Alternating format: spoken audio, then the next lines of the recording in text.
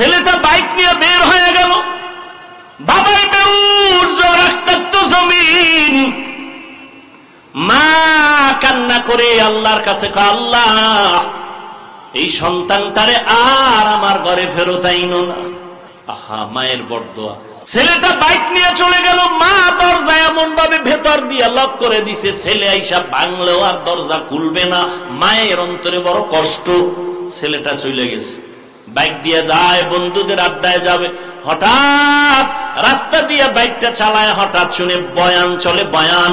একজন আল্লাহর ওলি, এই যমুনার পারের এপারের ঘটনা। বড় এক আল্লাহর ওলি দুনিয়াতে নাই, কয়েক বছর আগে দুনিয়া থেকে চলে গেছেন। তিনি বয়ান করতেছিলেন মা বাবার খেদমত নিয়া। ছেলেটা বাইকটা থামায় বয়ান শুনছে, দিলের মধ্যে হিট করছে, বাইকটা বন্ধ করে প্যান্ডেলে ঢুকছে, তালা লাগাইয়া প্যান্ডেলের পেছনে বসছে। এমন বয়ান, যুবকের কলিজা ছিদ্র হয়ে গেছে, কান্না শুরু। এক পর্যায়ে ময়দানের পেছনে গড়াগড়ি খায় আর কয়, আল্লাহ আমারে মাফ করিয়া দাও, আমি বাবার সাথে বেয়াদবি করেছি, মায়ের সাথে বেয়াদবি করেছি।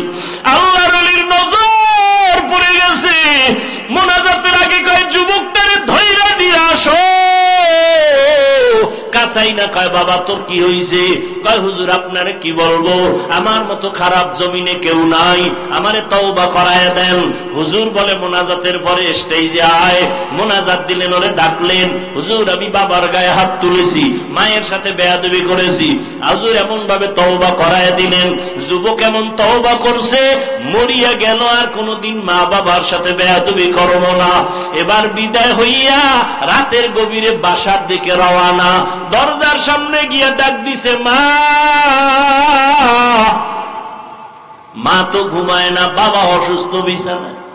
মা টের পাইছে, খুলবে না, মা ওয়াদা করছে দরজা খুলবো না। না জানিয়া বাড়াইসা মারধর করে। সন্তান কাঁদে আর কয়, মা আমি একটু মাপ চাবো, বাবার পাও ধরে একটু সুযোগ দাও, দরজা খুলো, আর বেয়াদবি করবো না। মা বলে দরজা খুলবো না, না জানি কোন বেয়াদবি করো। শেষ পর্যন্ত সন্তান এত কান্না কাঁদলো, মায়ের কলিজায় মানাইতে পারে না, দরজাটা খুলে দিল। সন্তান মায়ের পা জড়ায় কয়, মা তুমি আমারে মাফ করিয়া দাও। মা বলে আমার কাছে মাপ চায় কি হবে, বাবার কাছে গিয়া ক্ষমা চা। যেই মা বাবার দোয়ার কারণে তুই বড় হইছ, ওই মা বাবার দোয়া চোখের পানি যদি না থাকতো, আমি হাফিজুর রহমান এই চেয়ারে বসতে পারতাম না।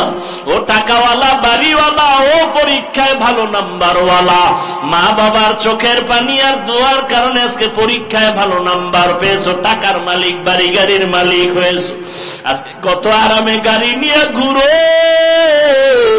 আর এই নওগাঁ জেলায় তোর বাবা মা কত কষ্ট করিয়া চলাফেরা করছে, গাড়ি ভাড়া দেওয়ার মতো টাকাও ছিল না। আজ আল্লাহ তোমারে টাকা দিছেন, মা বাবার কথা মনেও করো না, দোয়াও করো না।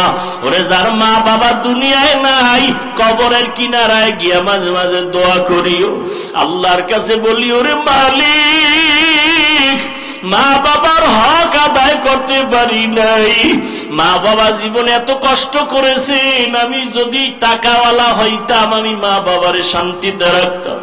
আজ আমার মা এমন জায়গায় আছে, বিছানাও নাই, একটা বাতিও নাই, সাদা কাফনের প্যাকেট হইয়া কবরে ঘুমায়। ও সন্তান, ওই মা বাবারে কাঁদাইয়া যদি থাকো, তাড়াতাড়ি মাওলার কাছে ক্ষমা চাও। আর যার মা বাবা বেঁচে আছে, বাবারে গিয়ে ক্ষমা চাও, হাত ধইরা বলিও, বাবা তোমার ঋণ আদায় করতে পারবো না, দয়া করে তুমি মাফ করে দাও। ও যুবকেরা, যদি মায়ের সাথে কষ্ট দিয়ে রে বাসায় গিয়া বলবি, মা তুমি দোয়া করলে আমার মাওলা কবুল করবে, তোমার মনে বোধহয় কষ্ট গেছে, এজন্য আমার আমল নাই, আমার কান্না নাই, মোনাজাতে পানি নাই, মা তোমারে বহু কষ্ট দিয়েছি, গোপনে জানি কত কান্না করেছো, আজ দয়া করে আমাকে মাফ করে দাও মা। আমারে তুমি সম্মানের জায়গায় নিয়ে আসছো, তোমার দোয়া ছাড়া আমি শিক্ষিত হতে পারি নাই। তোমার দোয়ার কারণে আজ আমার আল্লাহ সম্মান বাড়ায় দিছে। মা বাবার কাছে যদি চোখের পানি ছেড়ে দাও, মা মাথায় হাত দিয়া দোয়া করবে আর সে আজিমে চলে যাবে। ও যুবকেরা, পায়ে হাত রেখে বলে গেলাম, আল্লাহর ভয় অন্তরে জমা করো, নবীর আদর্শের মালা গলায় লাগাও, তওবা করো পেছনের গুনাহ থেকে, মনে মনে আমার আল্লাহকে ডাকো আর বলো, আল্লাহ জীবনে কত নামাজ ছাড়লাম, বেপরদায় চললাম, আজকে থেকে তওবা করতেছি। মরিয়া গেলে যাব, হায়াতের মালিক তুমি, ইজ্জতের মালিক তুমি। আর নামাজ ছাড়বো না, দাড়ি কাটবো না, বেপরদায় চলবো না, মা বাবারে কষ্ট দিব না। ওলামায়ে কেরামের পরামর্শ নিয়ে নবীর সুন্নাত অনুযায়ী চলাফেরা করব। কিন্তু ওমরের ব্যাপারেও তো অনেকের অ্যালার্জি অন্তরে ঢুকানো। 20 রাকাত পড়ো না কেন, তারাবি 8 রাকাত কেন? কয় ঘুমের ঘরে ওমরের সাথে একটু ঝগড়া লাগছে, এই জন্য 20 রাকাত পড়ি না। কয় কারে মানো? কয় মুহাম্মদের মানি, কোন সাহাবী মানি না। আল্লাহর কসম একবার, আল্লাহর কসম 2 বার, আল্লাহর কসম 3 বার, ওয়াল্লাহি বিল্লাহি তাল্লাহি, যারা সাহাবাদেরকে মানবে না, ইশারা ইঙ্গিতে বিরুদ্ধে লেখবে আর বলবে। 3 বার কসম করে বললাম, তারা ভণ্ড, তারা ভণ্ড, তারা ভণ্ড। এদের যারা ভণ্ড বলবে না, তারাও ভণ্ড।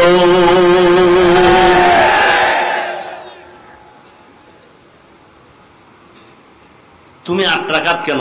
দরকার নেই 8 রাকাতের। তুমি পড়ার মতো যদি নামাজি পড়ো, 2 রাকাত তারাবি পড়লো, জান্নাত রেডি। কিন্তু তুমি বাপসাপ যেভাবে দেখাও, 8 রাকাত কেন, 48 রাকাত পড়লেও উপায় নাই, কোনো উপায় নাই। যেই বাপ লইয়া চলো, সালাম দেয় না, দিলেও নেয় না, কি বিষয়? কয় 20 রাকাত আমি। এই অহংকার কেন রে মুমিন? এরে যুবক, 5 কল্লি টুপি মাথায় দিয়েছি, অন্য টুপির বিরুদ্ধে বলি নাই। তুমি কেন আমার টুপি নিয়ে মাথা ব্যথা? আমি কওমি মাদ্রাসার সন্তান, কোনদিন আমি আলিয়ার বিরুদ্ধে বলি নাই, স্কুল কলেজের বিরুদ্ধে বলি নাই। তুমি কওমি নিয়ে কেন বুকে ব্যথা? আমি বুকে হাত বাঁধি না, নাভির নিচে বাঁধি, তুমি বুকে বাঁধো। কোনদিন গালি দিলাম না, হিংসা করলাম না, তুমি আমার নাভির নিচের হাত নিয়ে কেন টানো? এরে আল্লাহর গোলাম, ভালো করে বুঝো, আমি আলহামদুর পরে আস্তে আমিন বলি, আপনি জোরে আমিন বলেন। কোনদিন হিংসা করি না, গালি দেই না, আপনি আস্তে আমিনের উপরে রাগ কেন? আমি পীর মুরিদের লাইনের সন্তান, আমি পীর মাশায়েখ মানি, মানি শুধু মানি না, আমি চ্যালেঞ্জ করে বলি, সারা দেশে যারা বলে আমি ওলিয়া উলিয়া মানি না, আল্লাহর কসম তারা ভণ্ড। যারা বলে ওলিয়া উলিয়া মানি না, তারা ভণ্ড। তাদের যারা ভণ্ড বলবে না, তারাও ভণ্ড। স্পষ্ট করে গেলাম, সারা বাংলাদেশে নাকের আগায় দম থাকা পর্যন্ত সত্য কথা বলে যাব। যারা ওলি মানে না, তারা বুখারী শরীফ মানে না। যারা আউলিয়া মানে না, তারা কোরআন মানে না। অতএব সাবধান, আমি ওলিয়া উলিয়ার পক্ষে থাইকাও তো যারা পীর মুরিদির লাইনে নাই, তাদের হিংসা করলাম না। তুমি কেন বিরুদ্ধে বলো? এর যুবক, নওগাঁর মুসলমান, আজকে তুমি চরমনার বিরুদ্ধে বলার সময় পাইলা, তাবলীগের বিরোধিতা করার সময় পাইলা, কওমির বিরুদ্ধে বলার সময় পাইলা। কিন্তু তোমার কাছে আমার প্রশ্ন, পঞ্চগড়ে কাদিয়ানি বানায়, এই ব্যাপারে তোমার পদক্ষেপ কি নিছো আমাকে বলো। ওই উত্তর চট্টগ্রাম এলাকায় খ্রিস্টান মিশনারিরা কাজ করে মুসলমানের ঈমান হরণের ক্ষেত্রে, তোমার পদক্ষেপ কি বলো। ওরে মুসলমানের পিছে লাগলা, বেঈমানের ব্যাপারে ফয়সালা কখন করবা? এবার একটা মানে ভেজাল মুক্ত একটা জবাব চাই সবার থেকে। সত্য কথাটা স্বীকার করেন, সত্য কথাটা স্বীকার করেন, মানেন আর না মানেন। তাবলীগের দ্বারা আমার দেশের মুসলমানের ঈমানের ক্ষতি হয়েছে কি পরিমাণ বলেন? সত্য কথাটা বলেন। কওমি মাদ্রাসার দ্বারা আমার দেশ ইসলাম মুসলমানের কি ক্ষতি হয়েছে বলেন? যারা পীরের লাইনে হক, যারা ভণ্ড না তাদের ব্যাপারে না, যারা হক এদের দ্বারা ক্ষতি হয়েছে। হ্যাঁ, যদি বলেন হ্যাঁ ঠিক আছে, তা কোনদিন মৃত্যু পর্যন্ত তাবলীগের বিরুদ্ধে, পীর মাশায়েখের বিরুদ্ধে, কওমের বিরুদ্ধে কোনদিন কিছু বলবেন না, লেখবেন না। যদি কিছু বলিয়াও থাকেন, লিখে থাকেন, তওবা করে নিয়ে আল্লাহ কবুল করেন।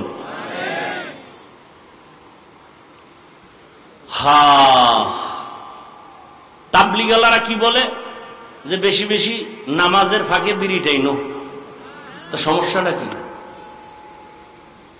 তাবলীগওয়ালারা বলে যে যারা 8 রাকাত নামাজ পড়ে তারাবি এদের সাথে সালাম বন্ধ। হ্যাঁ, তো কি বিরোধিতা কেন? আর তোমার বিরোধিতার দ্বারা তাবলীগের কি ক্ষতি হয়েছে? তাবলীগের মধ্যে 2টা পাঠ হয়েছে না? কয় পাঠ? 2 পাঠ হওয়ার কারণে খেদমত কি কমছে?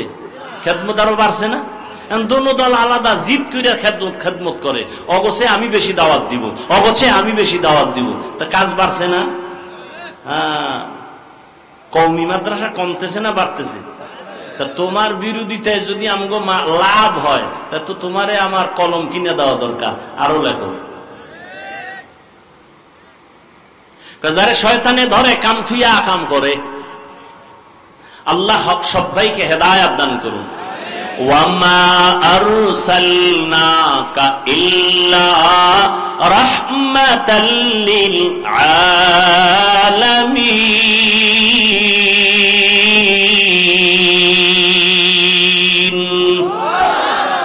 এরে যুবক, আমি কওমি মাদ্রাসার সন্তান, একবারও এতক্ষণ যে চিল্লাইলাম একবারও কিন্তু বলি নাই কওমিতে না পড়লে তুমি জাহান্নামী, তাবলীগ না করলে জাহান্নামী, একবারও বলি নাই। বরং আমি স্কুল কলেজের পক্ষওয়ালাদের এই পরিমাণ সাহস দেই, আমার জানা মতে কোন মৌলবী স্টেজে এই পরিমাণ সাহস দেয় না। ও কলেজের কলিজার টুকরা যুবকেরা, স্কুল ছাড়বা না, কলেজ ছাড়বা না, চাকরিজীবীরা চাকরি ছাড়িও না, ব্যবসা করো, চাকরি করো, তোমার কাছে কোনো বাধা নাই।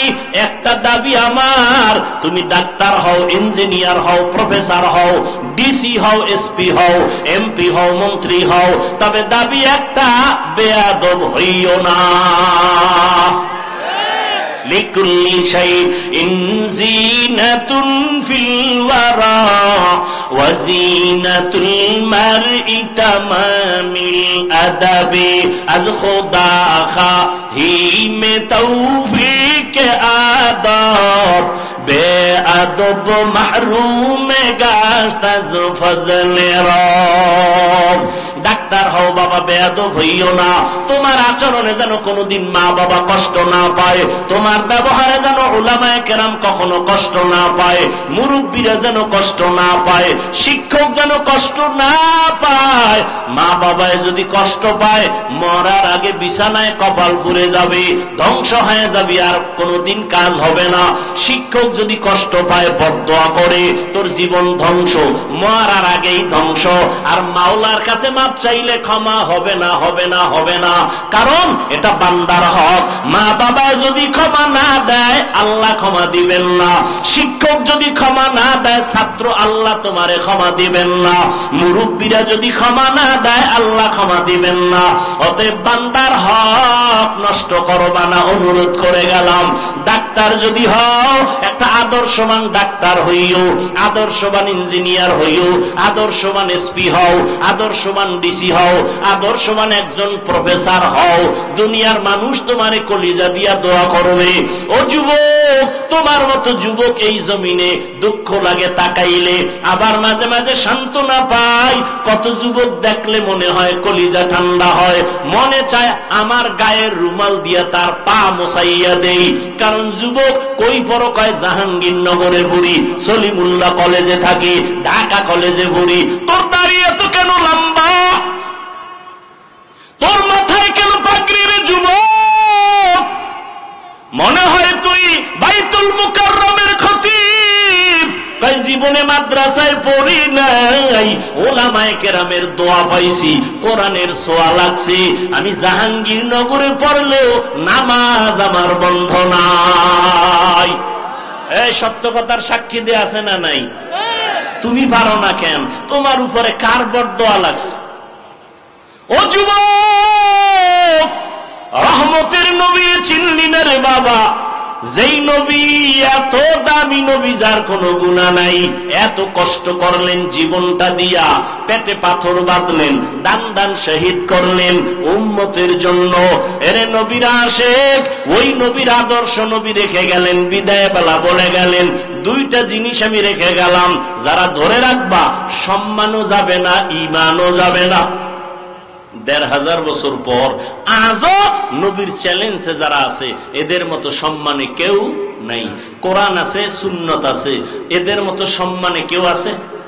এমপি সাহেব দেখলে কয় হুজুর দোয়া করিয়েন, মন্ত্রী মহোদয় দেখলে বলে হুজুর দোয়া করিয়েন, চেয়ারম্যান সাহেব বলে হুজুর আপনারে মহব্বত করি দোয়া করিয়েন। এটা কি টাকা দিয়ে কিনা যায়? চেয়ারম্যান সাহেব আপনাদের চেয়ারে বসছে, ক্ষমতায় কয় বছর? নিয়ম অনুযায়ী 5 বছর। আমরা উলামায়ে কেরামরা চেয়ারে বসছি, আমগো মেয়াদ আসেনি? আছে? আমরা দুনিয়ায়ও বাদশাহ, পরকালেও বাদশাহ। তুমি ডান হাতে বাম হাতে কোটি কোটি টাকা কামাই করো, আর একজন আলেমের কামাই 10,000 20,000 টাকা মাসে বেতন, 6 মাস বাকি। এরপরও কেউ না খাইয়া হাহুতাশ করে না, না খাইয়া মরে না। আল্লাহ তাদের 5,000 10,000 টাকায় বরকত দেয়, বরকতি রিজিক দেয়। কয় কেমন বরকত? কয় তুমি 3 প্লেট খাইলো পেট ভরে না, কয় আরো আধা প্লেট দাও। আর বরকতি খানা যারা পায়, 1 প্লেটের খানা 4 জনে খাইয়াও কয় আরো খানা রয়ে গেল, খাইতে পারি না। এর নাম বরকতি রিজিক। কে দেয়? গর্তাওয়াকুল মিকুনি হর সুবহ শাম মিরাসানাত রস্তে তু আজলাম মাকাম জুজবা হাকচি জে মাখাজ ইনসু জা ফজলে উহা মস্ত দরজুম লা জাহা। ও নবীর আশিক উম্মতের দল, আমার নবী কেমনে দুনিয়ার জমিনে আসলেন? এমন একটা জায়গায় আমি হুজুর যদি মদের আড্ডায় যাই, দেখেন না একটু আওয়ামী লীগের কাছে বিএনপির কাছে হুজুরেরা যায়, কত গালি। আর আপনার নবীর খবর রাখছেননি? সৃষ্টির শ্রেষ্ঠ নবী, যার কোনো তুলনা নাই, যেই নবী এত পিওর, এত পিওর, এত পিওর। কেমন পিওর? 63 বছর হায়াতে যেই নবীর একটা মিথ্যা কথা বলেন নাই, নবী কোনদিন গালি দেন নাই, কারো গালির জবাব দেন নাই, কোনদিন বেত্রাঘাত করে মানুষের দাওয়াত দেন নাই। আমার নবী চোখ গরম করে কোনদিন কারো দিকে তাকান নাই। ওই নবীকে, এত পবিত্র নবী, যেই নবী কদম দিয়ে হাঁটলে ওই জায়গা থেকে মিশকের ঘেরান আসতো দীর্ঘ বছর। সুবহানাল্লাহ। না ভালো করে চিনো নবী কেমন। নবী রাস্তা দিয়ে যখন চলতেন, দুপাশের গাছ নবীরে সালাম দেয়, জঙ্গলের প্রাণীরা নবীরে সালাম দেয়। কেমন মায়ার নবী। এমন নবীরে আল্লাহ দুনিয়ার এমন একটা জায়গায় পাঠাইছেন, যেই জায়গার মানুষ হলো পৃথিবীর মধ্যে নিকৃষ্ট চরিত্রহীন লম্পট। মক্কার মানুষ কত খারাপ, নারী আর পুরুষ উলঙ্গ হইয়া আল্লাহর ঘর বাইতুল্লাহ তাওয়াফ করে উলঙ্গ নারী পুরুষ, কত খারাপ। কন্যাদেরকে এত অবহেলা করে। আপন বাবা কন্যাকে গলা টিপে হত্যা করে, পাথর চাপা দিয়ে মেরে ফেলে। কন্যা হলেই মনটা বেজার, সমাজে মাথা উঁচু করে না, এত লজ্জা পায়, কন্যাদেরকে এত অবহেলা করে। বর্তমানে এরকম কুলাঙ্গার কিছু আছে, ছেলে হইলে হাসে, মাইয়া হইলে বউরে গালি দেয়। আছে না নাই? বউরে খায় মাইয়া দিলি কেন? ছেলে মাইয়া কি বউ দেয়? বউ তো তোমার মাল আমানত রাখে। যদি জাহিরি ভাবে ধরো তো পিঠা তো তোমার কপালে দেওয়া দরকার, কারণ তোমার সম্পদ দিয়েই তো সন্তান হয়েছে। স্ত্রী শুধু গর্ভধারণ করেছে, তাকে পুরস্কার দাও। এত বড় নিমক হারাম কপাল পোড়া মেয়ে হইল কেন? বউয়ের সাথে রাগ করে কথা বলে না, আছে না নাই? অথচ নবী কি কয়, এই দুনিয়ার মানুষ, আমি মুহাম্মদ এত দামি, আমার একটা ছেলে নাই, আমি 4 কন্যার বাবা। নবীর একটা ছেলেও নাই। তোমার এই 10টা ছেলে লাভ কি? যেই 10 ছেলের কারণে বাবার হাতে হ্যান্ডকাপ লেগে জেলখানায় যাবে, এর চেয়ে 10টা মাইয়া হওয়া ভালো। আসলে বউয়ের দোষ নাই, স্বামীরও দোষ নাই, সন্তানকে দেয়।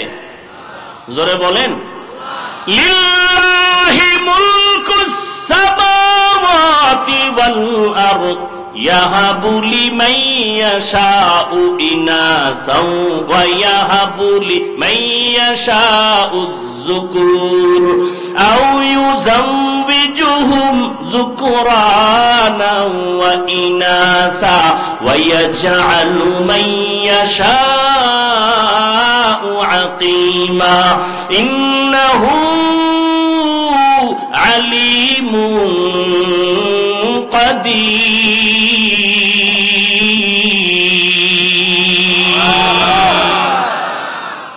এই কোরআনটা পড়তে মজা আছে না নাই? এমন একটা কোরআন, দেখলেও সওয়াব, শুনলেও সওয়াব, পড়লেও সওয়াব, ধরলেও সওয়াব, আছে না নাই? কিন্তু এখানেও ফতুয়াবাজি চলে। ফতুয়া মানে সমাধান, বাজি মানে খেলাধুলা। ফতুয়া নিয়ে খেলাধুলা করে একদল, ইউটিউবের মধ্যে বলে কোরআনের অর্থ না জানলে পড়িয়া কোনো লাভ নাই। এরাও বাতিল, এরাও কি বাতিল। আল্লাহর কোরআন ধরবা সওয়াব, পড়বা সওয়াব, দেখবা সওয়াব। নবী বলেন কোরআন দেখে দেখে পড়বি, চোখের পাওয়ার নষ্ট হবে না। মাওলার কোরআন এত মজা, দুনিয়ার কোন কবিতা মজা লাগে না, কোরআনের কবিতা মজা। কমে, অতিরিক্তি হয় কারো।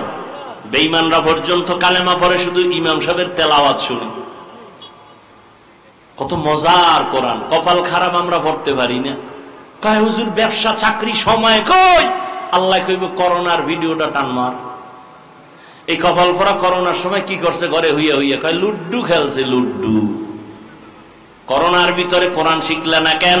কোরআন শিখতে 20 দিন লাগে। কয় দিন? কথা কয় না, 20 দিন লাগে। আহ, কত মজা লাগে। এটা যদি আপনি নিজে পড়তে পারতেন আরো তৃপ্তি লাগতো। চিন্তাই নেই, চিন্তাই নাই। ঘরের মধ্যে কোরআন শরীফ আছে, 20 বছর ঘরের মধ্যে আছে, দেখলো না কপাল পরা খুলে এটার ভিতরে কি। আজ পর্যন্ত দেখলো না খুলিয়া ভিতরে কি। অথচ নবী বলেন কোরআন এত দামি, এটার মধ্যে যদি খুইলে খেলে আঙ্গুল টানে আঙ্গুল, আল্লাহ কোরআনের নূর দিয়া সিনাটা আলো বানায় দিল। আল্লাহ যদি দান করেন, আপনার কোনো প্রশ্ন আছে? আল্লাহ সবাইকে কোরআন পড়ার তৌফিক দান করেন। ওগো নবীর উম্মতেরা,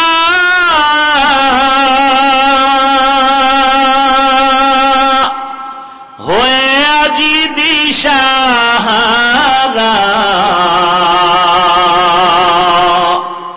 কোরআন হাদিসের চলো যখন যাহা চায় মনে, নবী বিনে কে তারাবে পুসিরত মিজানে, নবী বিনে কে তারাবে পুসিরত মিজানে, উম্মতের কান্দারি নবী